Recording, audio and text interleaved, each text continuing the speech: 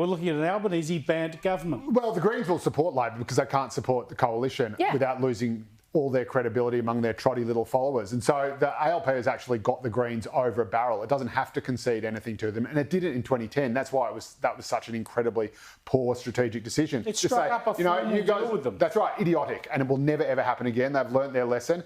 In fact, all the polls show that Labor is unlikely to have to even form a minority government. And even if it does fall just short of a majority, there's plenty of people they could go to before the Greens anyway. And again, if the Greens want to vote with the coalition and block Labor legislation like it did with the housing package, that is actually the #1 Achilles heel for the Greens in Queensland. And they might be losing seats as a result of that. And so there could be even fewer Green crossbenchers to do a deal with. So they've got no power whatsoever, and they know they're losing power. And that I reckon is why Adam Bant has come up to try to tar Labor with the same thing that brought it down in 2019 in the hope that Labor will shed votes and then the Greens become more powerful. So they're actually trying to sabotage Labor, not do a deal.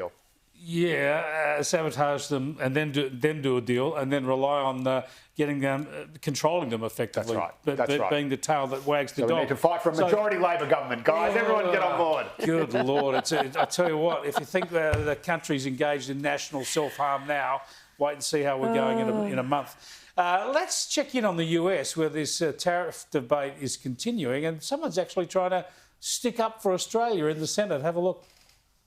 We have a trade surplus with Australia. We have a free trade agreement. Why? They are an incredibly important national security partner. Why were they whacked with a tariff? Senator, despite the agreement, they ban our beef, they ban our pork, they're getting ready to impose measures on our digital companies. With your Greek letter formula, the fact that we have a trade surplus.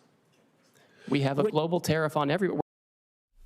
I'm with the Democrat here, standing up for Australia. I mean, honestly, what are we doing? They doing us in for? I was always just like, who is this bloke and why does he care about us? But thanks, mate. Of course, he's going to get absolutely nowhere. No one was exempt. No one was exempt, and we got off as lightly as we could.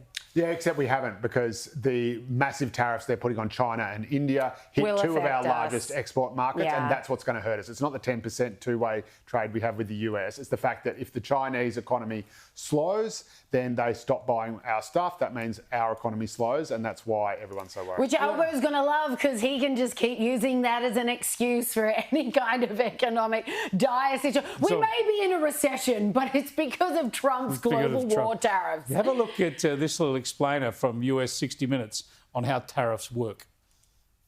A tariff is a tax on a foreign country. That's the way it is, whether you like it or not. A lot of people like to say, oh, it's a tax on us. No. It's a tax on a foreign country. It's a tax on a country that's ripping us off and stealing our jobs. But most any importer or economist will tell you the president is mistaken. Tariffs are not a tax on a foreign country. The tax is paid by the importer in the United States. For example, Walmart imports goods from China, and when those goods cross into the United States, Walmart pays the tariff. If Walmart decides to pass the cost to consumers, then you paid the tariff, not China. Yeah, now, Liz, I know that all the Trump supporters are going to say this is the legacy media having a go at Trump again.